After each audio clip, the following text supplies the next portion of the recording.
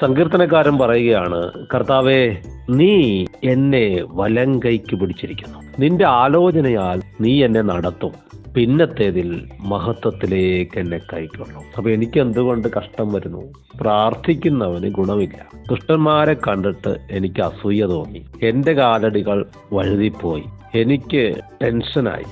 ഇത് ചിന്തിച്ചിട്ട് മനസ്സിലാക്കാൻ പറ്റിയില്ല. അവസാനം ആലയത്തിൽ വന്ന് ധ്യാനിച്ചപ്പോഴാണ് ദുഷ്ടന്മാർക്കും നീതിമാന്മാർക്കുമുള്ള വ്യത്യാസം ഈ ഭക്തന് മനസ്സിലാകുന്നത്. അദ്ദേഹം പറയുകയാണ്, നിന്റെ ആലോചനയാൽ നീ എന്നെ നടത്തും. പിന്നത്തേതിൽ മഹത്വത്തിലേക്ക് എന്നെ കൈക്കൊള്ളും.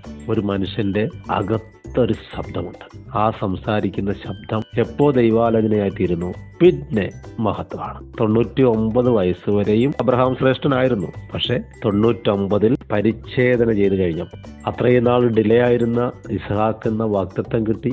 മാത്രമല്ല അവിടം തൊട്ടൊരു പുതിയ ലൈഫാണ്. പരിച്ഛേദന എന്ന് പറയുന്നത് പുതിയ നിയമത്തിന്റെ വെളിച്ചത്തിൽ ജഡശരീരം ഉരിഞ്ഞു കളഞ്ഞതിനാൽ കൈകൊണ്ടല്ലാത്ത പരിച്ഛേദന വിശുദ്ധന്മാർക്ക് കിട്ടുന്നതാണ്. അപ്പൊ അകത്തുള്ള ജഡത്തിന്റെ ചിന്ത മാറി ഒരു മനുഷ്യന്റെ മനസ്സിൽ ദൈവാലോചന നിറയുമ്പോൾ അവിടെ പിന്നെ ടെൻഷനില്ല, സമാധാനമാണ്. ആത്മാവിന്റെ ചിന്തയോ ജീവനും സമാധാനവും തന്നെ.